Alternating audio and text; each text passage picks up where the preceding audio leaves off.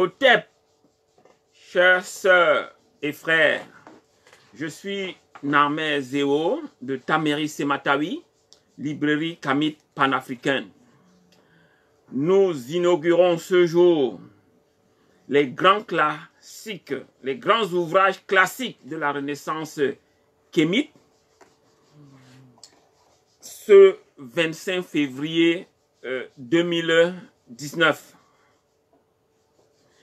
Ces grands classiques, ces grands ouvrages classiques de la Renaissance kémite sont des ouvrages les plus importants, choisis parmi 500 ouvrages que nous avons sélectionnés dans le cadre d'une bibliographie fondamentale kémite.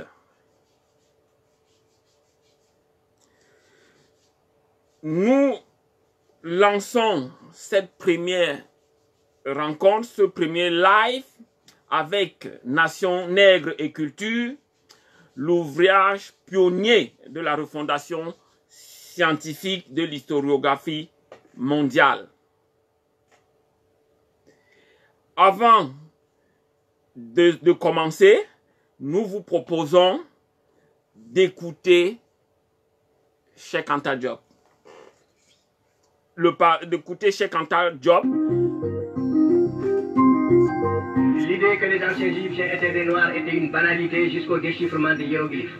Et c'est à ce moment-là, avec l'apogée de l'impérialisme, qu'il était devenu inadmissible de continuer à penser ainsi. Et l'égyptologie est née en même temps. L'égyptologie a fourni en même temps qu'elle naquit un effort de négation pour gommer en quelque sorte, effacer l'origine négrière.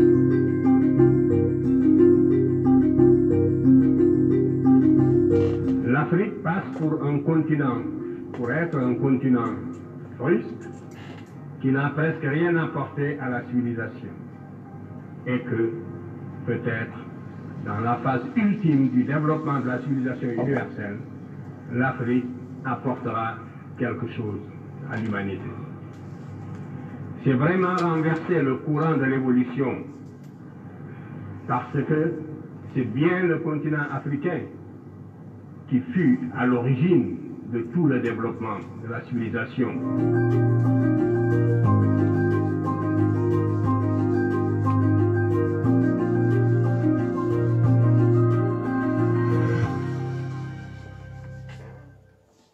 Cet élément sonore que vous venez d'entendre présente le parcours exceptionnel du professeur Cheikh Anta Diop, fondateur de l'école africaine d'égyptologie.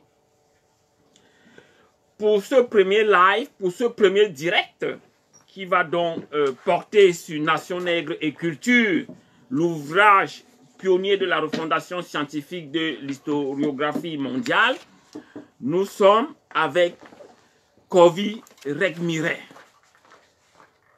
Merci Kovi Regmiret de nous honorer une fois de plus de ta présence. Merci beaucoup. Voilà. Nous n'allons pas tourner en rond et nous irons tout droit au but en parlant donc de Nation Nègre et Culture. La première question que je voudrais vous poser est la suivante. Comment le professeur Cheikh Anta Diop a-t-il conçu et mené à bien, en pleine période coloniale, un projet aussi ambitieux que la rédaction de Nation Nègre et Culture? Comme vous le savez, le professeur Cheikh Anta Diop, au sortir de la Deuxième Guerre mondiale, plus précisément en 1946, est arrivé en France, et plus précisément à Paris, où il a rejoint au quartier latin un certain nombre d'étudiants qui appartenaient à une génération, à la précédente génération. On peut en citer deux à titre indicatif.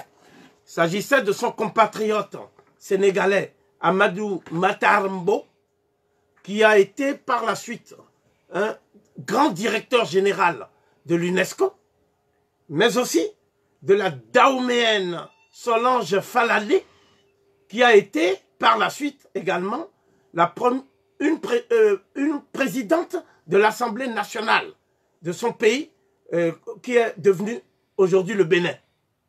Donc, ces deux personnalités faisaient partie d'une organisation dénommée GAREP. C'était le groupe africain de recherche et d'études politiques. Donc, le professeur Cheikh Anta Diop faisait un peu figure de néophyte face à des personnalités qui avaient déjà eu un parcours assez abouti. Ce qu'il faut d'emblée souligner, c'est que Cheikh Anta Diop s'est avéré un véritable rassembleur. Il a donc rassemblé les étudiants des différents pays qui apprenaient, pour ainsi dire, les rudiments du militantisme politique. C'est dans ce cadre qu'il a été propulsé, le mot n'est pas trop fort, à la tête de ce qu'on appelle le RDA, c'est-à-dire les étudiants du RDA, les étudiants du Rassemblement démocratique africain. Ce groupe de leaders politiques avait été fondé en Afrique par Mamadou Konaté. Mais par la suite, on a dit que c'est Houphouët-Boigny qui a fondé. Mais en fait, Houphouët-Boigny a dirigé le Rassemblement démocratique africain, mais il n'en était pas le fondateur. Quoi qu'il en soit, Cheikh Anta Diop était une des figures les plus emblématiques, alors qu'il était encore très jeune, du Rassemblement démocratique africain, ou plus précisément, des étudiants du Rassemblement démocratique africain. C'est dans ce contexte qu'il a été amené à rencontrer de grandes figures du militantisme panafricain, comme le Nigérien Abdou Moumouni, qui lui-même était un grand spécialiste des sciences exactes. Il avait d'ailleurs une vision assez avancée sur les questions de l'énergie solaire, mais il s'intéressait surtout à l'éducation en Afrique noire. Il a donc écrit des ouvrages. Et nous savons qu'aujourd'hui, l'université du Niger porte son nom à Niamey. L'université Abdou Moumouni de Niamey au Niger. Il y avait également d'autres compatriotes qui étaient également connus, notamment les dirigeants du PAI, le Parti africain de l'indépendance. Je ne citerai que Majmoud Diop, n'est-ce pas? Il y avait aussi d'autres Sénégalais, d'autres Dahoméens, et on s'est rendu compte tout de suite que le RDA avait déjà une structure panafricaine. Je dois rappeler pour mémoire que le dirigeant camerounais Rouben Oumniobé était un des leaders les plus en vue à l'époque de la section camerounaise, n'est-ce pas, du Rassemblement démocratique africain, qui est précisément l'UPC, l'Union des populations du Cameroun. Donc il y avait également d'autres sections, la section du Niger, la section de la Guinée, n'est-ce pas? Et c'est dans ce contexte que les étudiants africains ont commencé à avoir une véritable conscience politique. Une conscience politique. Mais cette conscience politique se cristallisait autour de deux idéologies. D'abord le marxisme-léninisme, qui était à l'époque dominant, n'est-ce pas? Le Parti communiste français étant le cadre indiqué pour les luttes anticolonialistes à l'époque, n'est-ce pas? Et donc il y avait le groupe dirigé par Léon Fex. Et on sait le fameux mot d'ordre du Parti communiste français que Cheikh Anta Diop a combattu, à savoir le droit au divorce n'implique pas l'obligation de divorcer. Ça veut dire que même le Parti communiste à l'époque n'était pas pour l'indépendance totale des Africains. Le Parti communiste souhaitait une fédération de type soviétique entre la métropole et l'Afrique, une fois la révolution faite ici en métropole. Mais l'idée que les pays africains pouvaient jouir d'une souveraineté internationale n'était pas alors admise par le Parti communiste français.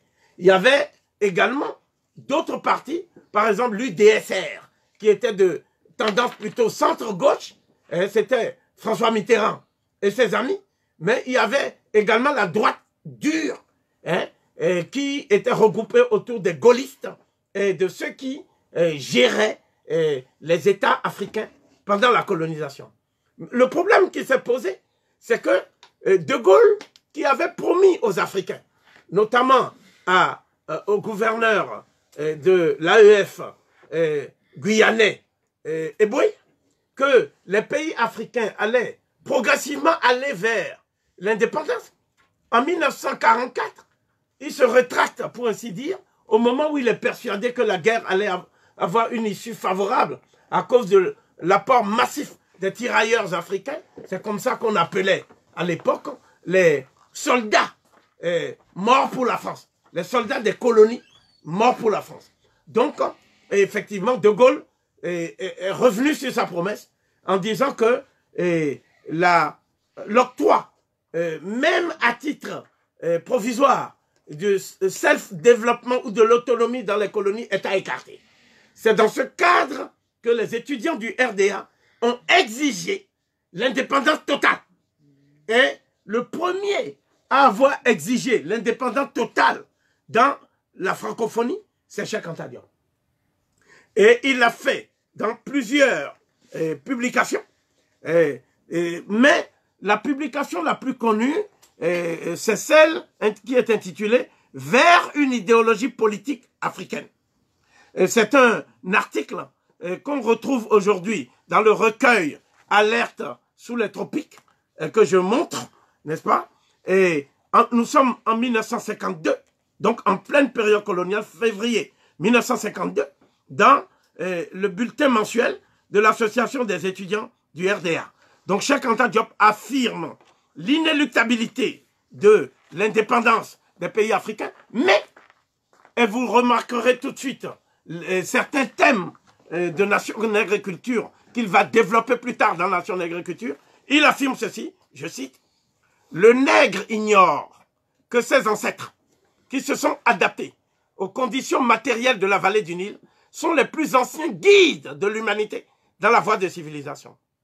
Que ce sont eux qui ont créé les arts, la religion, en particulier le monothéisme, la littérature, les premiers systèmes philosophiques, l'écriture, les sciences des actes, physique, mathématiques, mécanique, astronomie, calendrier, la médecine, l'architecture, l'agriculture, etc., à une époque où le reste de la Terre, Asie, Europe, Grèce, Rome, était plongé dans la barbarie.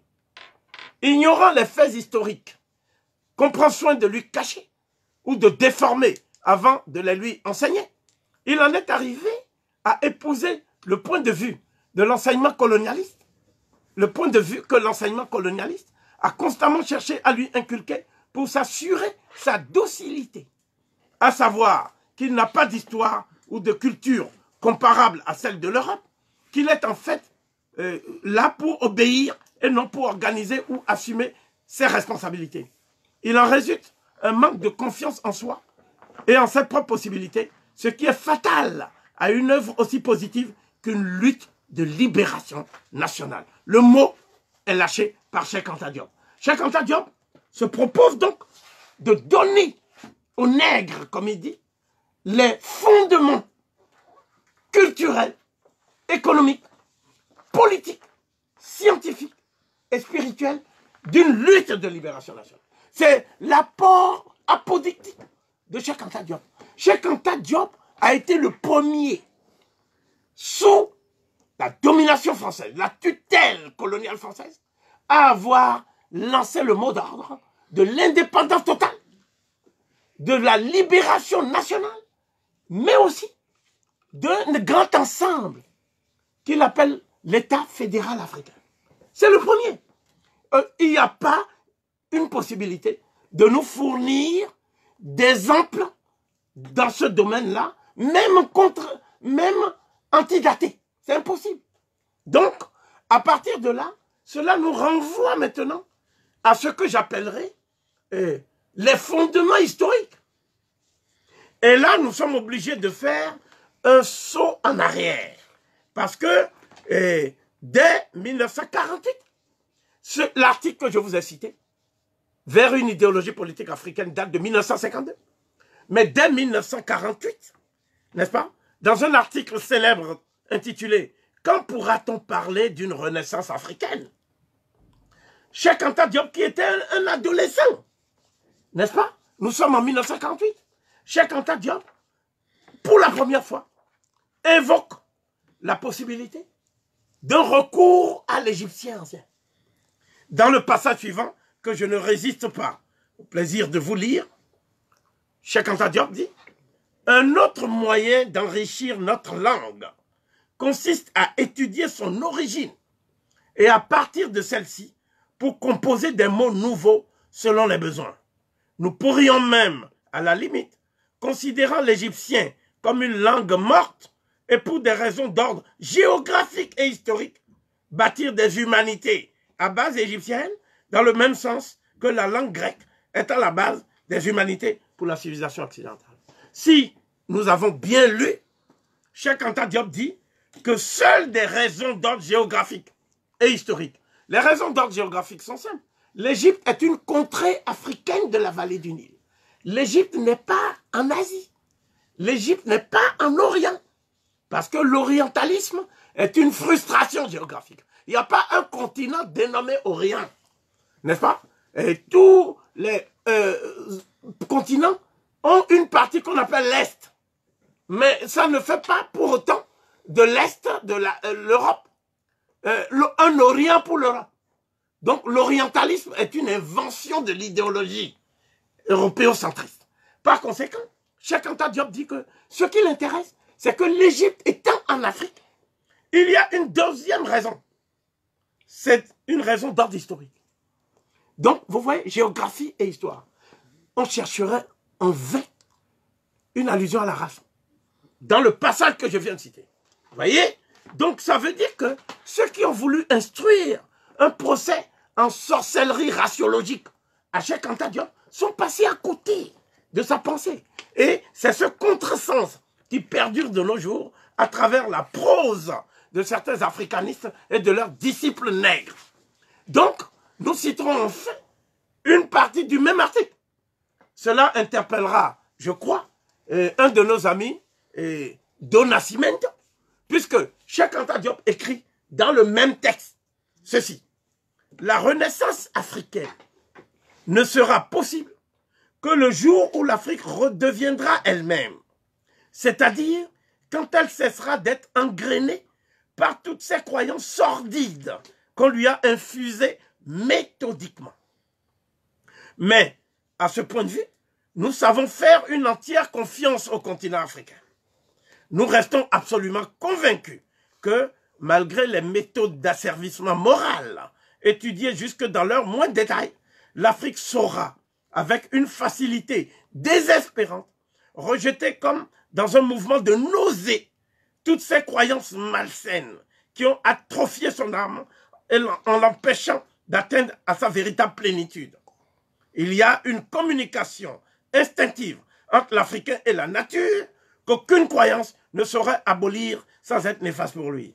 Et c'est grâce à cette communion que l'Africain pourra atteindre son niveau humain véritable, spécifique, la réalisation de toutes les possibilités qu'il porte en lui. Donc, cette citation de Cheikh Anta Diop pose d'emblée le cadre dans lequel ces recherches vont s'inscrire plus tard. Donc, pour conclure cette première réflexion autour de la genèse de Nation Agriculture, on doit dire simplement que Cheikh Anta Diop a préparé Nation Agriculture comme une sorte de manifeste de la renaissance africaine. Un manifeste culturel, un manifeste économique, un manifeste politique, un manifeste spirituel et un manifeste linguistique. Parce que le problème de Cheikh Anta Diop, contrairement à ce que beaucoup de gens pensent, ce n'était pas de ressasser le passé. Ce n'était pas de donner aux Noirs le sentiment d'appartenance à une civilisation glorieuse. Car Cheikh Anta Diop à l'époque, n'avait qu'un seul souci. C'était comment le noir pouvait, à partir de la réappropriation de son patrimoine historique, se libérer de l'entrave du colonialisme. Donc, il ne vous aura pas échappé que Nation Nègre et Culture porte un sous-titre que tout le monde cherche à passer sous silence. Ce sous-titre est le suivant: de l'antiquité nègre égyptienne au problème culturel de l'Afrique noire d'aujourd'hui. Hein? De l'antiquité nègre égyptienne au problème culturel de l'Afrique noire d'aujourd'hui. Donc, ce que Cheikh Anta Diop montre d'emblée, c'est que l'histoire n'est pas le repli identitaire sur soi à travers un passé sublimé, un passé romancé.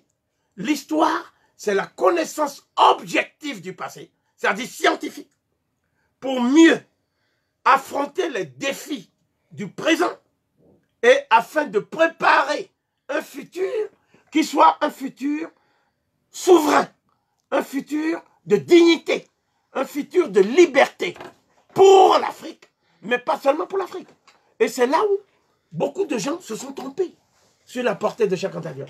C'était un futur pour l'humanité. Pour l'humanité.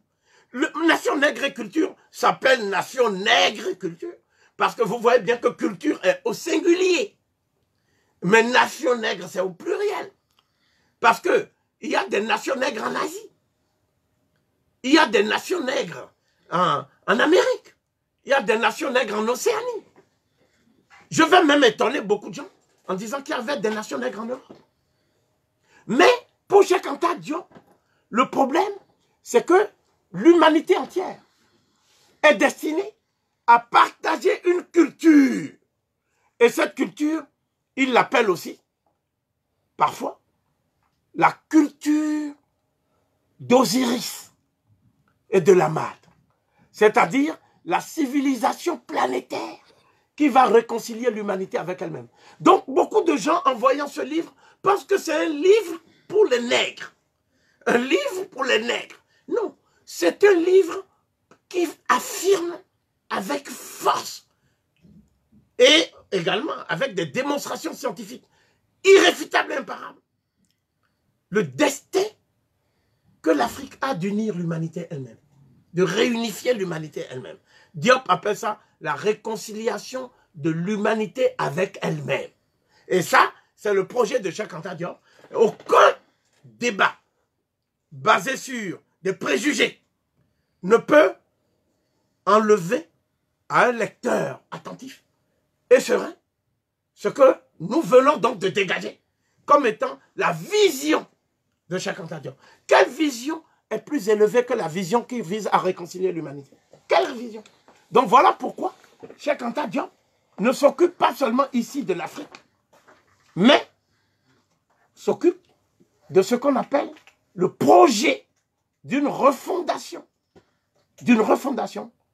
de l'historiographie mondiale à partir du continent d'origine de l'humanité elle-même. C'est ça, Nation Nègre et Culture, dans ce que je pourrais appeler sa vision, sa grandiose, qui honore l'intelligence africaine, qui honore, n'est-ce pas, les élites africaines. Parce que Cheikh Anta Diop aurait pu, comme beaucoup, faire de la surenchère et surfer sur les vagues victimaires et revanchardes de quelqu'un qui passe son temps à se plaindre parce qu'il a été colonisé. Cheikh Anta Diop a dit que toutes les sociétés humaines ont connu des crises et des malheurs. Le problème le plus important, c'est d'être en capacité de se relever et d'amorcer un sursaut collectif. C'est ce sursaut qu'il appelle la Renaissance africaine. Merci beaucoup, Kovi Regmire. Je vais continuer en revenant donc sur Nation Nègre et Culture. Et ma préoccupation est celle-ci. Lorsqu'on est en présence d'un ouvrage d'érudition de l'envergure de Nation Nègre et Culture, existe-t-il une méthode de lecture particulière susceptible de faciliter la tâche du lecteur débutant et non érudit et non averti? Le problème que pose tout ouvrage, qui est un essai, c'est qu'on ne peut pas le lire à partir d'une méthode littéraire et littérale. Je m'explique. Lorsqu'on prend l'aventure ambiguë de Cheikh Hamidou Kane, on peut suivre les personnages et progressivement entrer dans ce qu'on appelle l'intrigue du récit. Mais un ouvrage comme un essai n'est pas forcément un récit. Ce que je viens de dire est valable aussi pour L'Enfant noir de Kamara Lai.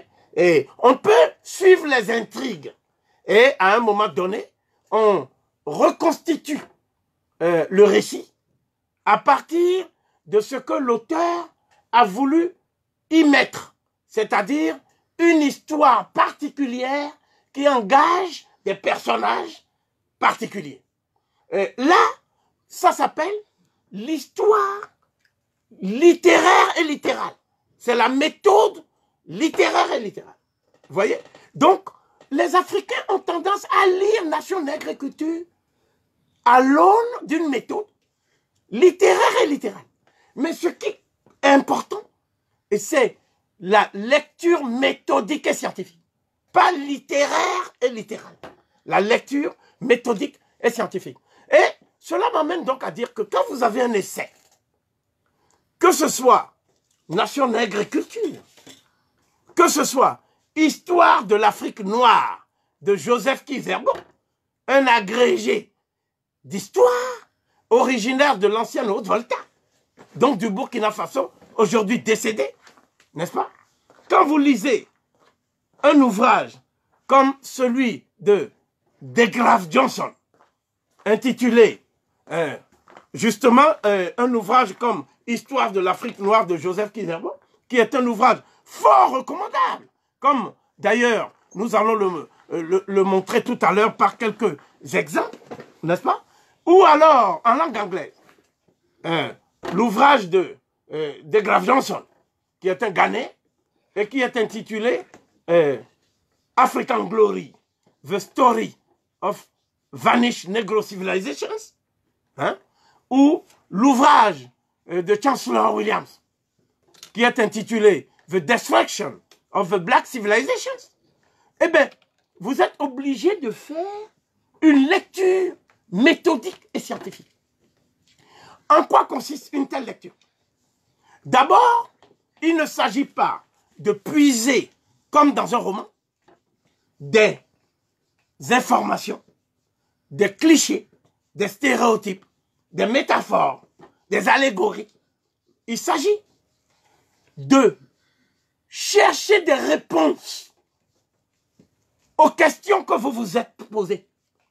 On ne va pas chercher des images, des métaphores, des allégories dans un ouvrage en supposant qu'il contient tout ce dont vous avez besoin pour pouvoir passer un bon moment, c'est-à-dire la distraction littéraire, les fioritures littéraires. Mais il s'agit d'avoir déjà soi-même une représentation, une opinion, un point de vue, bon, disons-le, sur l'histoire de l'Afrique et de l'histoire de l'humanité.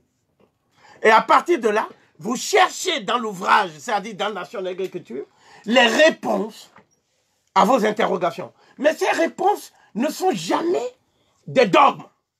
Ces réponses ne sont pas des règles inamovibles. Ces réponses sont des pistes et des indications pour vos propres recherches futures.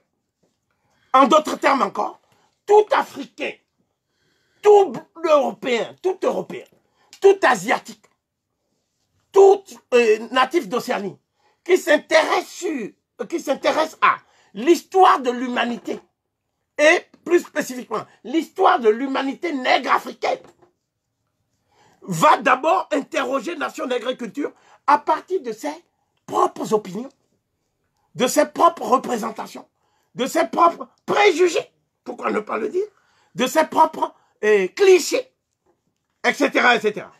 Donc, beaucoup de gens pensent que, après avoir fait une lecture littéraire et littérale de Nation Nègre et Culture, que Nation Nègre et Culture parle de l'Égypte nègre. C'est-à-dire qu'ils réduisent le contenu à la thèse de l'Égypte nègre. Et ils ajoutent même les pharaons noirs. Les pharaons nègres, les pharaons étaient des nègres. C'est ça que Cheikh Anta Diop veut démontrer. Mais pourquoi prendre toutes ces pages pour démontrer ce que l'Antiquité grecque et humaniste savante connaissait déjà? Hérodote n'a-t-il pas dit que les Égyptiens avaient la peau noire et les cheveux crépus? Est-ce que c'est Cheikh Anta Diop qui va donc démontrer ça? Non. Est-ce que Volney ne l'a pas dit?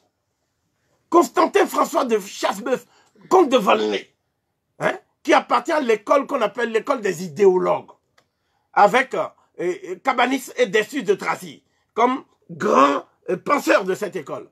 Mais on peut penser aussi au baron d'Holbach, etc. Mais tous ces gens savaient que les Égyptiens étaient des nègres. Tous ces gens savaient que les pharaons étaient des nègres. Le problème de Cheikh Anta Diop, ce n'était pas ça. Et cela m'amène donc à jeter les bases de ce que c'est qu'une lecture méthodique et scientifique. La première chose, c'est que le lecteur attentif doit d'abord identifier la thèse centrale de Nation Agriculture. C'est quoi la thèse centrale de Nation Agriculture?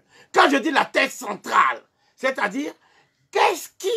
Parce que le mot thèse signifie en fait poser quelque chose qui est appelé à durer. Thésis, poser. Je pose quelque chose, une idée, qui est appelée à durer, c'est-à-dire à résister aux critiques. Hein? C'est une idée qui va résister aux critiques. Quelle est la thèse centrale? C'est-à-dire, dans le livre, qu'est-ce qui est le point de focalisation de toute la démarche de Cheikh Anta Diop en tant que thèse? N'est-ce pas? C'est d'abord la première chose qu'il faut rechercher. La deuxième chose, c'est qu'il n'y a pas de thèse sans méthode. On ne peut pas affirmer qu'il existe telle ou telle thèse et qu'elle résiste à l'épreuve des faits si une méthode ne vient pas fournir les règles qui vont précisément valider les énoncés de cette thèse. Donc c'est très important, la méthode historique. Donc vous voyez bien, il y a la thèse centrale, il y a la méthode historique.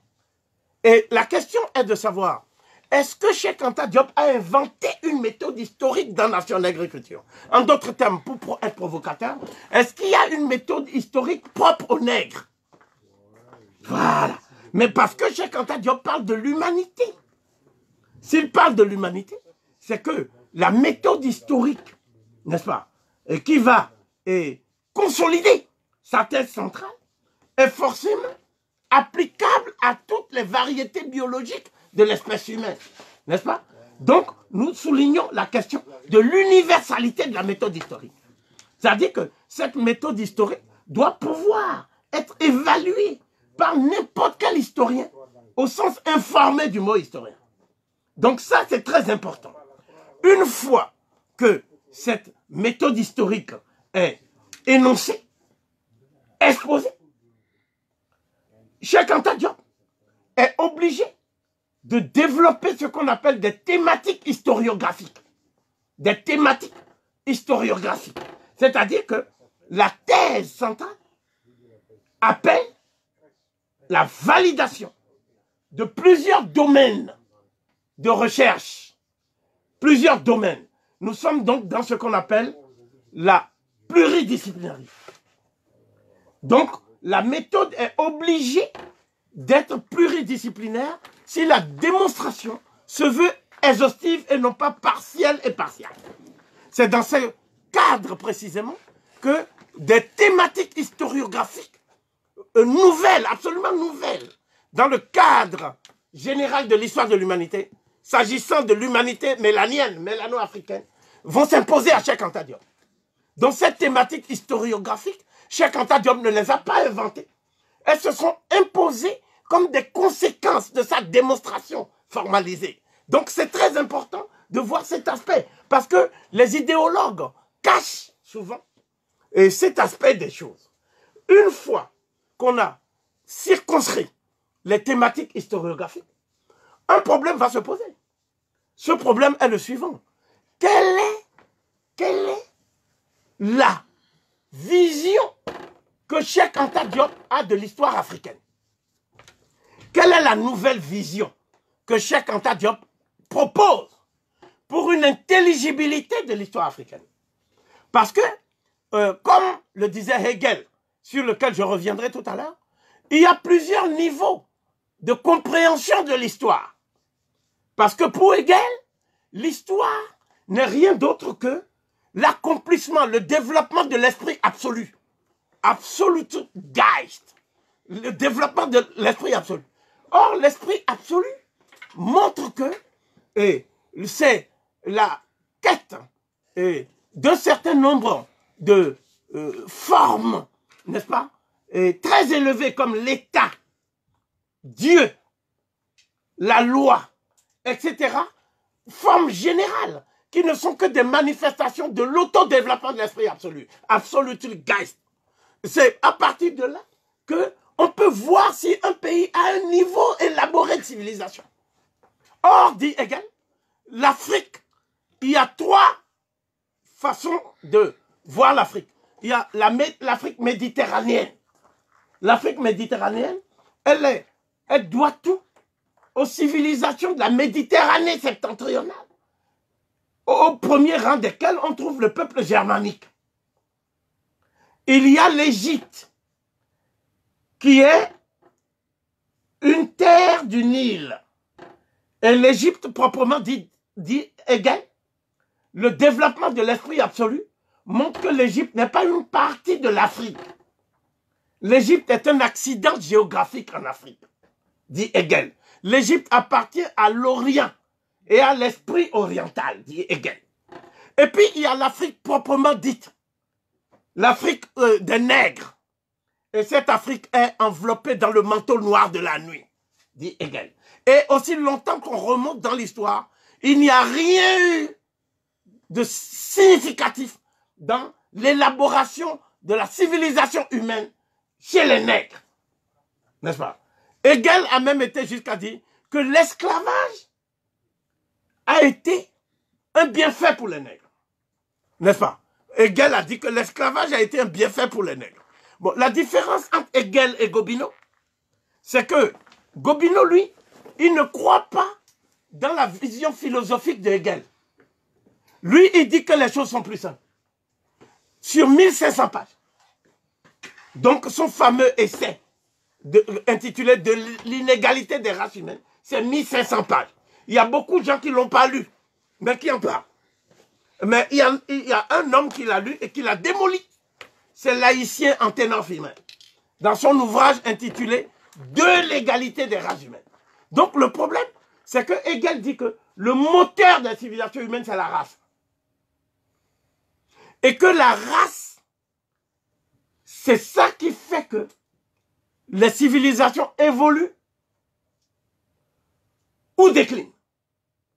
Donc le métissage avec les races inférieures entraîne le déclin des civilisations. Rome n'a pas décliné pour des raisons économiques et sociales. Rome a décliné parce que les barbares se sont mélangés avec le sang arien qui était déjà dégénéré chez les Latins. Donc, Gobineau, qui était un diplomate, qui voyageait beaucoup, n'est-ce pas? Il a fini par dire que le nègre est dans, l'enfance et que il est, disons, il gît au seuil de l'histoire. Le nègre n'est pas un être qui est dans l'histoire humaine. Il gît au seuil de l'histoire, n'est-ce pas? Il y a même des accents que n'aurait pas démenti Sarkozy. D'autre part, il y a maintenant une autre perception, c'est celle de Lévi-Brühl, qu'il a tenté de renier à la fin de sa vie, où il dit que le problème, ce n'est pas l'esprit, ni la race. Le problème, c'est la mentalité prélogique. Ce sont des déficiences du cerveau. Et le nègre, c'est quelqu'un qui ne connaît pas la logique. il a une mentalité prélogique sui generis. N'est-ce pas? Et cette mentalité prélogique le rend inapte à concevoir des visions abstraites, la science et toutes les connaissances. C'est à partir de ces prémices épistémologiques, racistes, raciologiques, qui postulent une hiérarchisation des races humaines, que Cheikh Anta Diop a mené son combat, qui consistait donc à éliminer, pulvériser l'argument hegelien, pulvériser l'argument raciologique de Gobineau, et puis détruire, désintégrer la thèse de la mentalité prélogique sui generis de Lévi-Brûlé. Et donc, c'est ça son travail. Donc, Cheikh Anta Diop ne pouvait pas le faire sans détruire l'ethnographie coloniale. Parce que l'ethnographie coloniale, c'est une pseudo-science qui affirme qu'il existe des peuples qui, eux, n'ont pas connu le droit, n'ont pas connu la philosophie, n'ont pas connu les mathématiques, n'ont pas connu les sciences en général. Parce que ces peuples n'ont pas connu la raison. Et les nègres font partie de ces peuples qui ne connaissaient pas la raison discursive, qui est analytique, la raison discursive. Et donc, les nègres connaissent tout au plus une forme animale de la raison qu'on appelle la raison intuitive, qui est participative.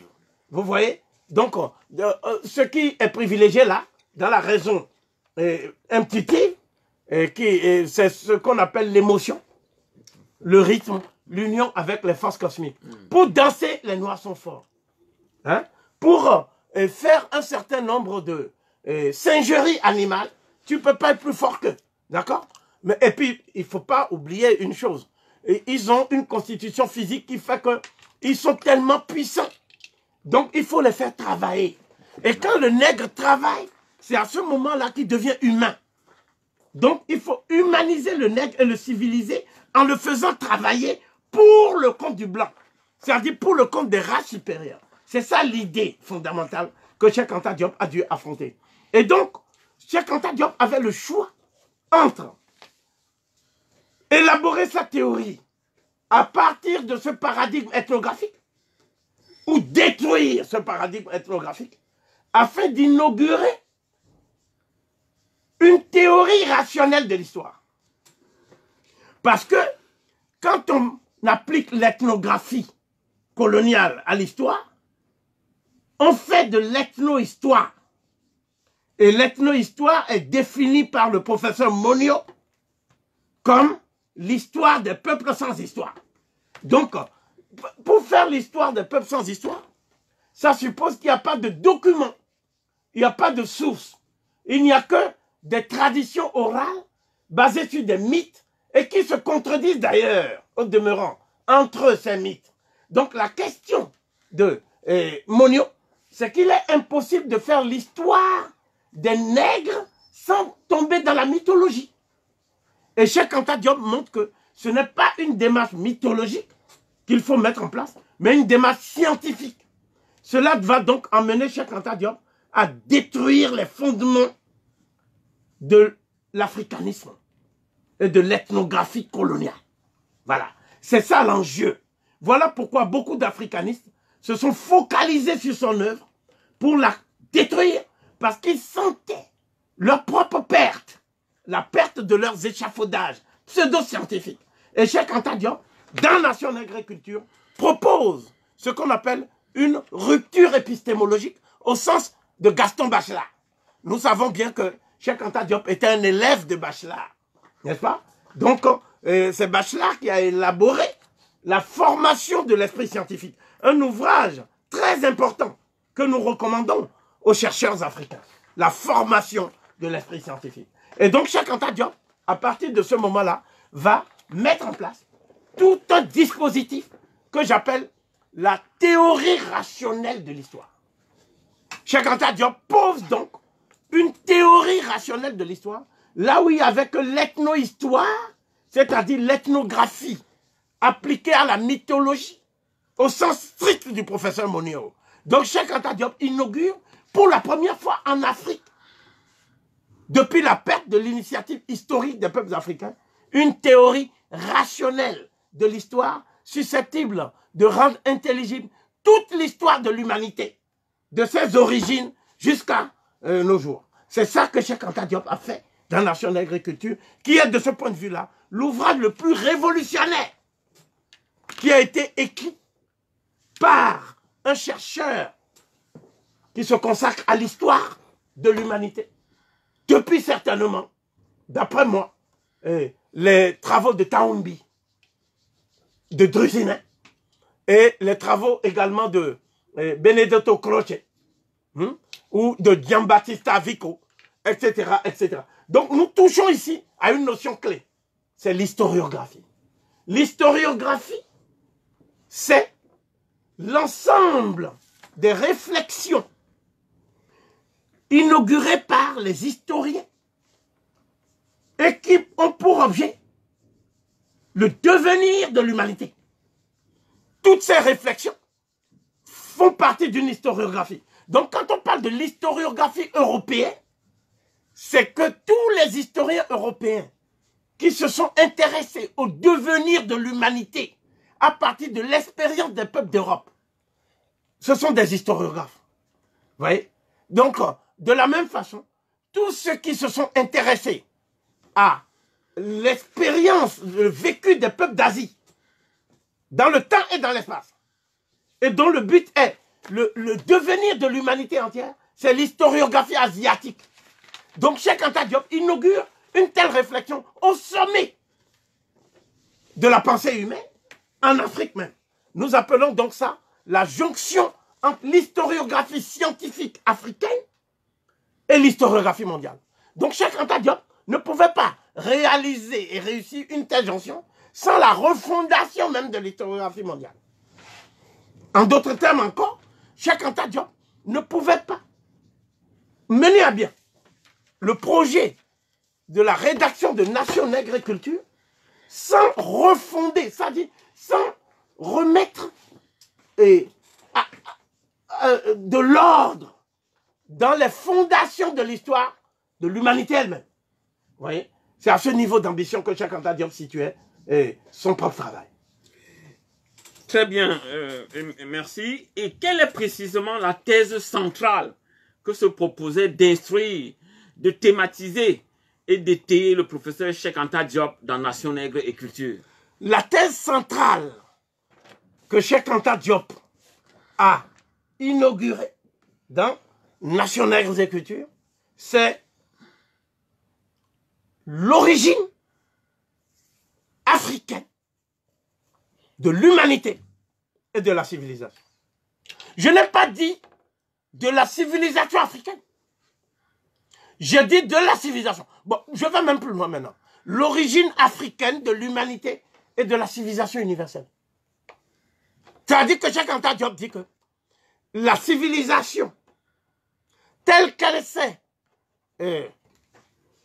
cristallisée au moment de la naissance de l'homme en Afrique,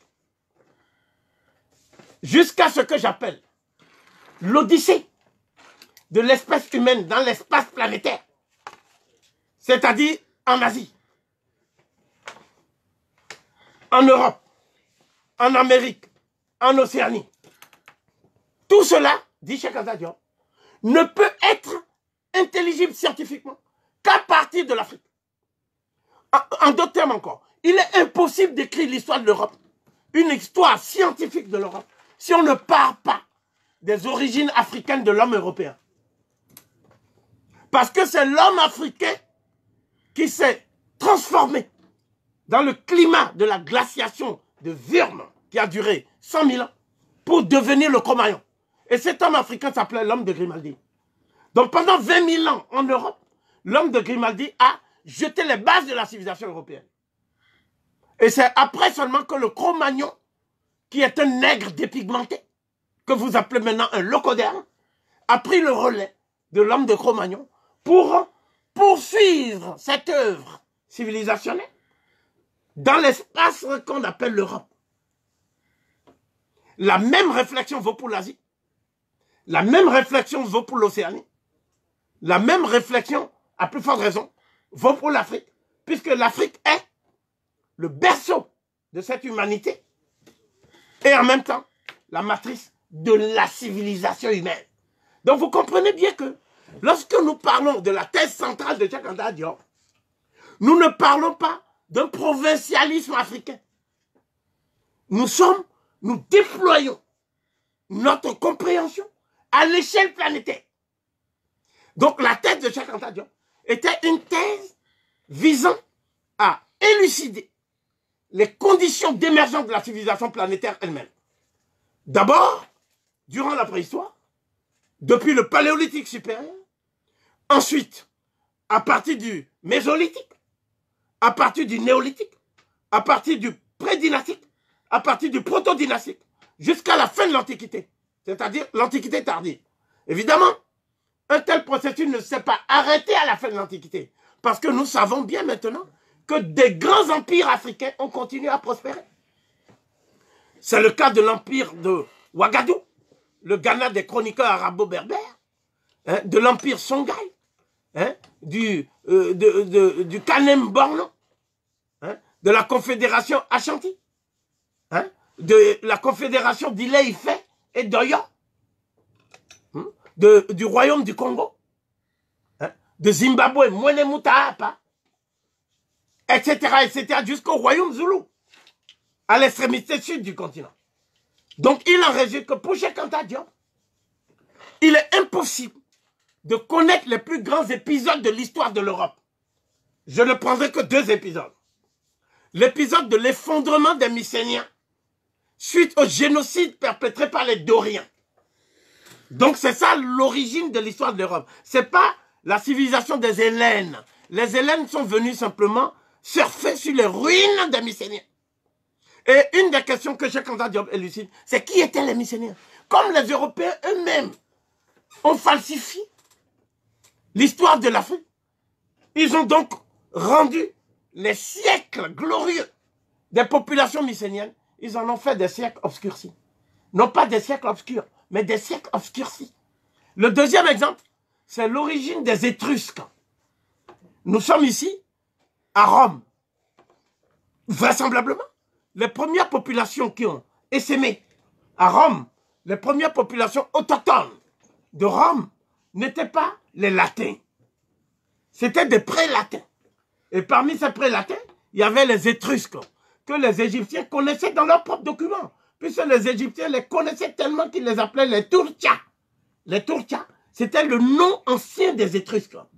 Donc vous voyez bien que toutes ces civilisations-là, l'Europe ne peut les connaître que si l'Europe admet son contact avec l'Égypte, que ce soit l'Égypte dynastique et l'Égypte aussi hellénistique. Donc, l'Europe n'aurait pas été ce qu'elle est sans l'école d'Alexandrie.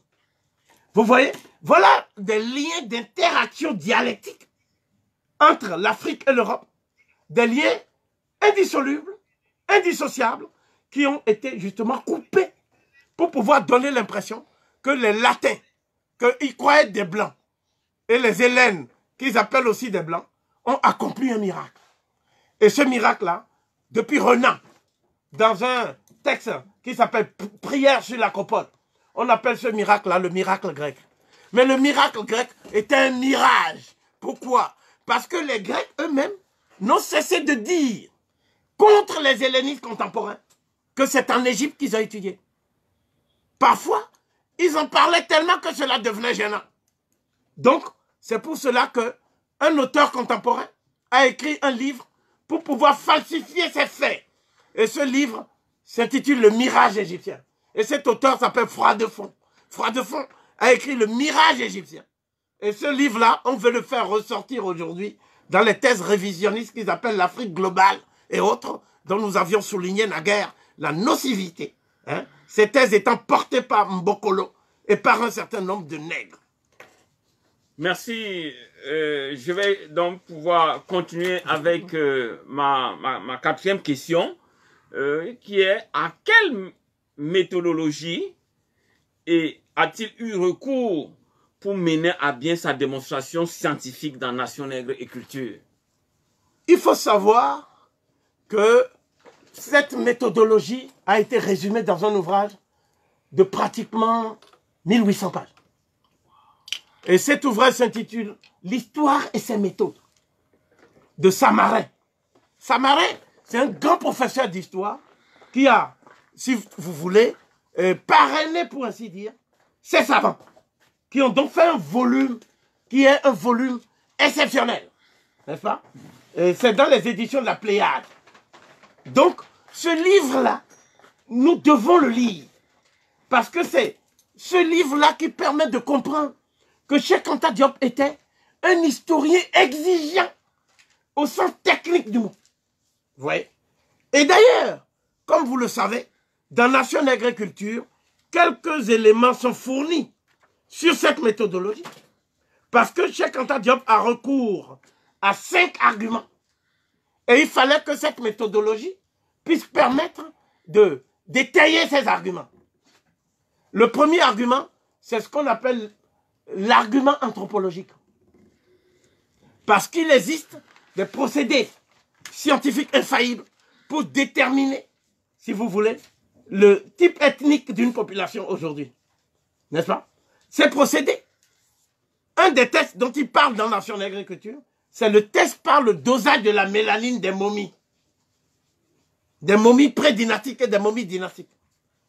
Et comme on sait que les momies ont été conservées intactes durant le pré-dynastique, grâce à la diligence de Elliot Smith, mais également, on sait que les momies ont été conservées intactes durant toute la période dynastique, parce que nos ancêtres ont gardé le rituel de la momification qui était connu des Yoruba aussi, jusqu'à la fin, et les Dogons, n'est-ce pas? Donc, Cheikh Anta Diop a dit que l'argument anthropologique est très important, parce qu'on ne peut plus parler, à ce moment-là, des blancs à peau noire, des blancs à peau brune, des blancs à peau rouge sombre, des blancs à peau arc-en-ciel. On est obligé d'étudier la teneur en mélanine des populations. Il y a aussi l'ostéologie. L'ostéologie est une ostéologie négritique. Grâce au canon de Léphius, Léphius a carrelé le type égyptien et il a dit que ce type-là est négritique par son ostéologie. Ça s'appelle le canon de Léphius. Il y a aussi les études des groupes sanguins, etc., etc. Et c'est ça qui est nouveau. Parce que les gens dissertaient sur la couleur rouge sombre, rosâtre. Mais personne n'avait les momies sous la main pour les analyser. Cheikh Anta Diop a inauguré donc ce type d'études. Et donc ça, c'est très important. Il y a l'argument archéologique, les arguments d'ordre archéologique, puisés dans l'archéologie. Vous voyez? C'est-à-dire que l'Afrique offre, grâce à son sous-sol, des possibilités pour conserver beaucoup de fossiles. Mais aussi pour conserver les cultures anciennes des populations qui étaient déjà, on fera plus de 2 heures, des populations qui étaient déjà exhumées, n'est-ce pas? Et l'Afrique a également des villes entières qui étaient ensevelies sous terre. Donc, le sous-sol de l'Afrique, c'est en soi-même une civilisation archéologique. Le sous-sol de l'Afrique. D'où l'importance des travaux que Cheikh Anta Diop a été amené à faire auprès d'un grand maître qui s'appelait le roi Gourand. Cheikh Anta Diop fut élève de le roi Gourand. Cheikh Anta Diop a fait des fouilles. Il a eu les résultats des fouilles de Djené Djeno. Et donc, c'est au niveau archéologique, Cheikh Anta Diop connaissait mieux que les spécialistes toutes les arcanes de cette science. Cheikh Anta Diop avait aussi les sources linguistiques. Parce que la langue étant un système de signes qui véhicule des idées et une vision du monde, la langue en elle-même porte les traces de l'histoire d'un peuple. Lorsqu'un peuple a la maîtrise de sa langue, il ne peut pas disparaître, culturellement parlant. Donc la langue est le fondement de la culture. D'où l'importance des débats linguistiques du colloque du Caire, comme nous avions été amenés à le souligner. Mais avec la linguistique, on peut faire aussi la géographie linguistique. Avec la linguistique, on peut faire aussi l'onomastique, c'est-à-dire la science des noms. Dans l'onomastique, il y a les anthroponymes, les noms d'êtres humains qui voyagent. Il y a les théonymes, les noms de divinités. Il y a les hydronymes, les noms de cours d'eau, de fleuves et de lacs. Il y a les ethnonymes, les noms d'ethnies entières qui voyagent. Vous voyez? Donc, avec tout cela, on peut savoir exactement quel est le lien entre les Bachas et les Bacharis. Quel est le lien entre les Fang et les Bétis? Les Fang sont au Gabon et en Guinée équatoriale. Mais ils parlent la même langue que les Bétis. Vous voyez? Donc, c'est ça que la linguistique permet de faire. Mais, il y a un aspect fondamental dans la linguistique. C'est la linguistique qui permet de forger des concepts scientifiques et d'élaborer un corps de science. Vous voyez? C'est pour cela que des savants de l'importance de Benveniste, n'est-ce pas, avaient écrit le vocabulaire des institutions indo-européennes. C'est-à-dire que pour connaître les institutions, il faut savoir les concepts qu'utilisaient les hommes qui ont créé ces institutions. Et c'est tout à fait possible d'étudier toutes les institutions africaines. Et il y a tout ça dans Nation d'agriculture. Il y a tous ces aspects dans Nation d'agriculture. Il y a aussi l'argument épigraphique. C'est-à-dire, on a souvent dit que les sociétés africaines n'avaient pas d'écriture. Mais, au risque de vous surprendre, c'est en Europe qu'il n'y avait pas d'écriture autochtone et indigène. Ce qu'ils appellent l'alphabet grec ou l'alphabet latin, c'est tout simplement une adaptation de l'alphabet phénicien. Et les Phéniciens ont pris eux-mêmes ça en Égypte à travers le proto-sinaïtique. Lequel proto-sinaïtique dérive directement de l'écriture hiéroglyphique lapidaire égyptienne. Par conséquent, l'Afrique est le berceau de l'écriture. C'est en Afrique que les premières écritures sont apparues. Ce n'est pas en Mésopotamie. En Mésopotamie, il y a ce qu'on appelle les cunéiformes.